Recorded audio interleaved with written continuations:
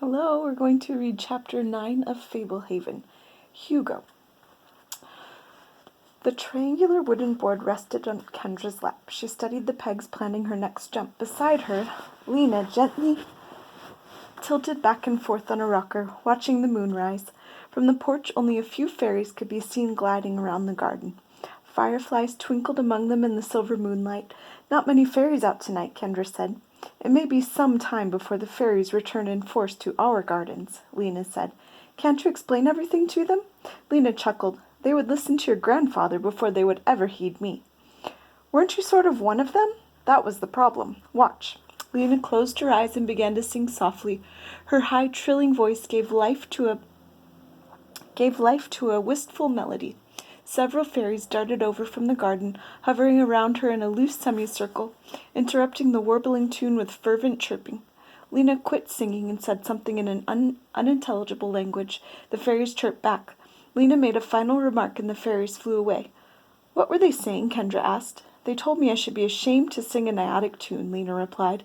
They detest reminders that I was once a nymph, especially if those reminders imply that I am at peace with my decision. Excuse me. They acted pretty upset. Much of their time is spent mocking mortals. Any time one of us crosses over to mortality, it makes the others wonder what they might be missing, especially if we appear content. They ridicule me mercilessly. You don't let it get to you? Not really. They do know how to needle me. They tease me about growing old, my hair, my wrinkles. They ask how I will enjoy being buried in a box. Lena frowned, gazing thoughtfully into the night. I'd felt my age today when you called for help. What do you mean? Kendra jumped a peg on the triangular wooden board. I tried to rush to your aid, but ended up sprawled on the kitchen floor. Your grandfather reached your side before I did, and he is no athlete. It wasn't your fault. In my youth, I would have been there in a flash. I used to be handy in an emergency. Now I come hobbling to the rescue. You still get around great. Kendra was running out of moves. She had already stranded a peg. Lena shook her head. I would not last a minute on the trapeze or the tightrope. Once I played on them with facile agility. The curse of mortality. You spend the first portion of your life learning, growing stronger, more capable, and then, through no fault of your own, your body begins to fail. You regress. Strong limbs become feeble, keen senses grow dull, hardy constitutions deteriorate, beauty withers, organs quit. You remember yourself in your prime and wonder where that person went. As your wisdom and experience are peaking, your traitorous body becomes a prison. Kendra had no moves left on her perforated board. 3 pegs remained. I never thought of it that way. Lena took the board from Kendra and began setting up the pegs. In their youth, mortals behave more like nymphs. Adulthood seems impossibly distant, let alone the enfeeblement of old age. But ponderously, inevitably, it overtakes you. I find it a frustrating, humbling, and infuriating experience. When we talked before, you said you would not change your decision, Kendra reminded her. True, given the opportunity, I would choose Patton every time. And now that I have experienced mortality, I do not imagine I could be content with my former life. But the pleasures of mortality, the thrills of living, come with a price. Pain, illness, the decline of age, the loss of loved ones. Those things I could do without. The pegs were set up. Lena began jumping them. I am impressed by how glibly most mortals confront the debilitation of the body. Patton, your grandparents, many others, they just accept it. I have always feared aging. The inevitability of it haunts me. Ever since I abandoned the pond, the prospect of death has been a menacing shadow in the back of my mind. She jumped the final peg, leaving only one. Kendra had seen her do it before, but had not yet succeeded in copying her moves. Lena sighed softly. Because of my nature, I may have to endure old age for decades longer than regular human beings, the humiliating finale to the mortal condition. At least you're a peg-jumping genius, Kendra said. Lena smiled. The solace of my winter years. You can still paint and cook and do all sorts of things. I do not mean to complain. These are not problems to share with young minds. It's okay. You aren't scaring me. You're right. I can't really picture being grown up. Part of me wonders if high school will ever really happen. Sometimes I think maybe I'll die young. The door of the house opened and Grandpa's head poked out. Kendra, I need to have some words with you and Seth. Okay, Grandpa. Come to the study. Lena stood motioning for Kendra to hurry along. Kendra entered the house and followed Grandpa into the study. Seth was already seated in one of the oversized chairs, drumming his fingers on the armrest. Kendra claimed the other one while Grandpa settled in behind his desk. The day after tomorrow is June 21st, Grandpa said. Do either of you know the significance of that date? Kendra and Seth shared a glance. Your birthday? Seth attempted. The summer solstice, Grandpa said, the longest day of the year.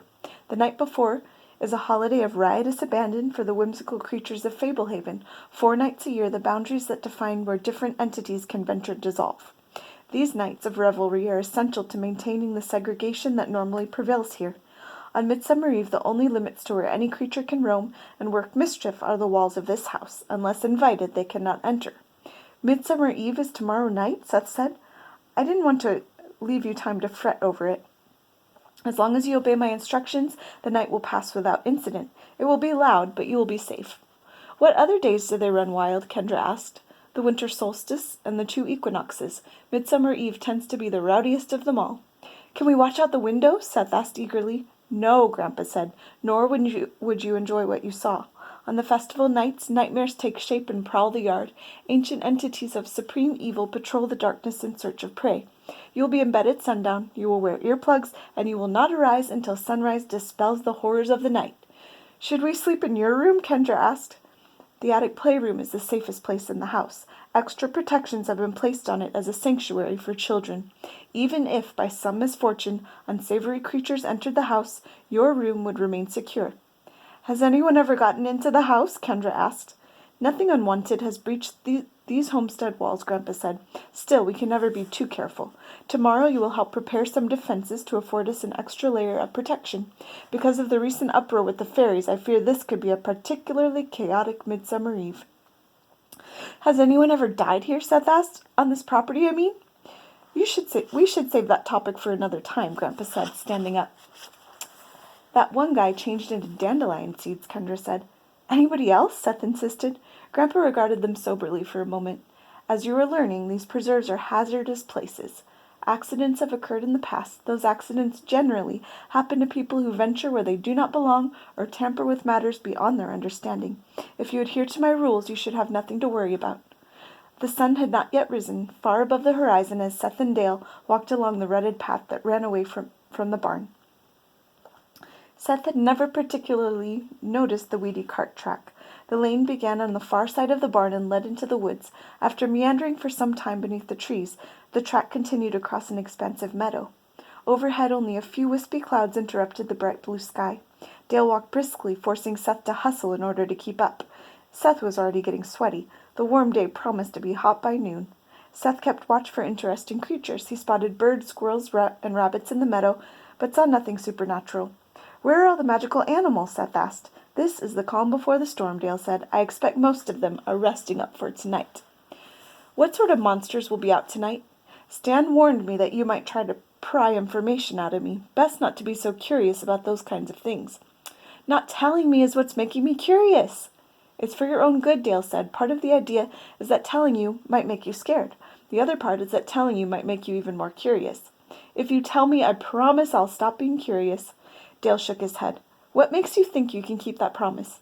I can't possibly get more curious than I already am. Not knowing anything is the hardest. Well, fact of the matter is, I can't give a very satisfying answer to your question. Have I seen strange things, frightening things in my time here? You bet. Not just on festival nights. Have I stolen a peek out the window on a festival night? A time or two, sure.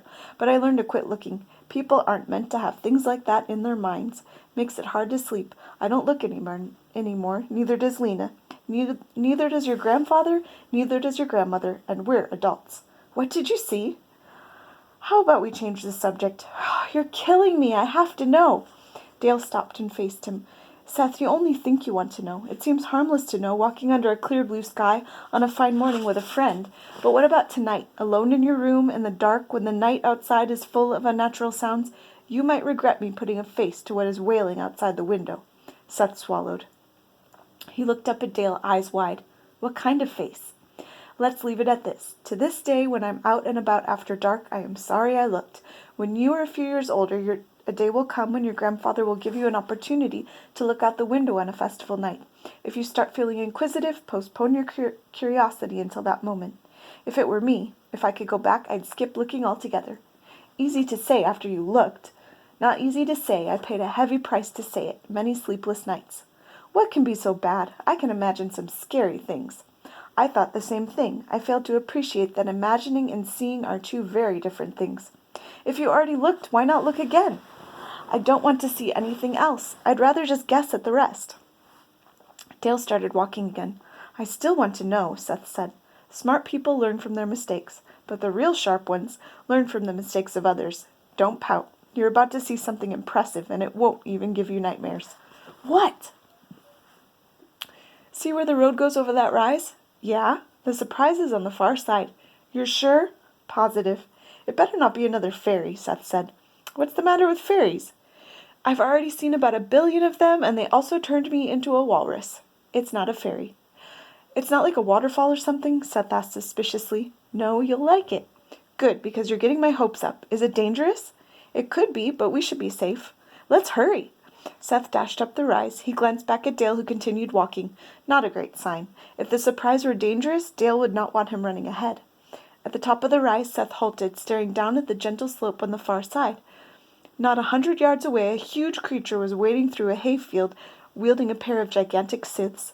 The hulking figure slashed down wide swaths of alfalfa at a relentless pace, both scythes hissing and chiming without pause.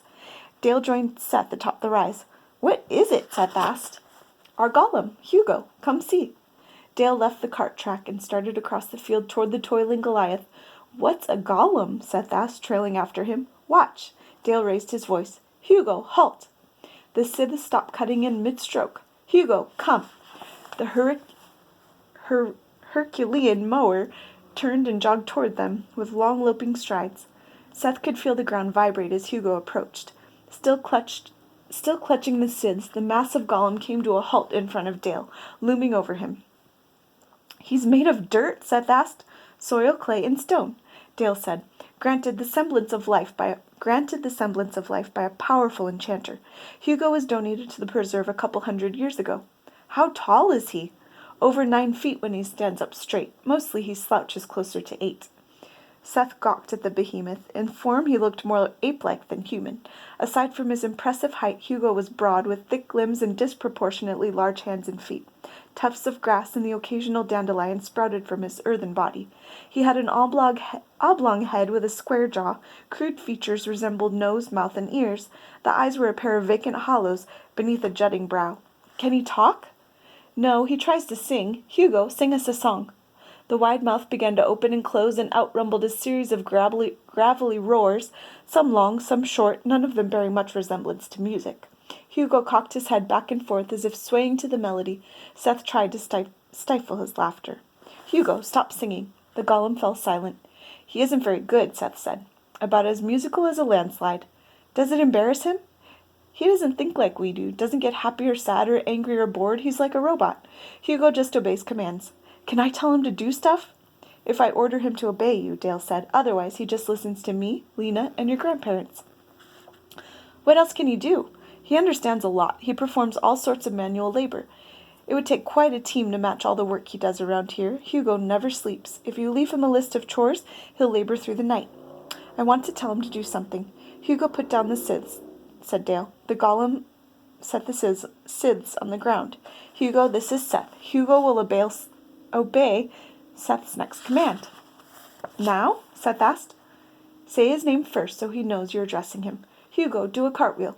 Hugo held out his palms and shrugged. He doesn't know what you mean, Dale said. Can you do a cartwheel?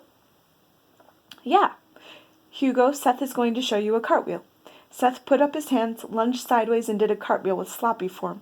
Hugo, Dale said, obey Seth's next command. Hugo, do a cartwheel. The golem raised his arms, lurched to one side, and completed an awkward cartwheel. The ground trembled. Pretty good for a first try, Seth said. He duplicated yours. Hugo, when you do a cartwheel, keep your body straighter and aligned in a single plane, like a wheel turning. Hugo, do a cartwheel. This time, Hugo executed a nearly perfect cartwheel. His hands left prints in the field. He learns fast, Seth exclaimed. Anything physical, leastways. Dale put his hands on his hips. I'm sick of walking. What do you say we let Hugo take us to our next stop? Really? If you'd rather walk, we can always... No way! Kendra used a hacksaw to separate another pumpkin from the vine.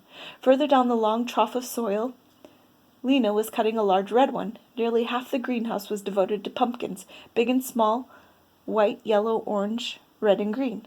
They had arrived at the greenhouse by a faint trail through the woods. Aside from the pumpkins and plants, the glass structure contained a generator to power the lights and the climate control. "We really have to cut 300?" Kendra asked. "Just be glad you don't have to load them," Lena said. "Who does? It's a surprise." "Are jack-o'-lanterns really such a big deal? Do they work?" "Quite well, especially if we can convince fairies to fill them." "With magic?" "To dwell in them for the night," explained Lena.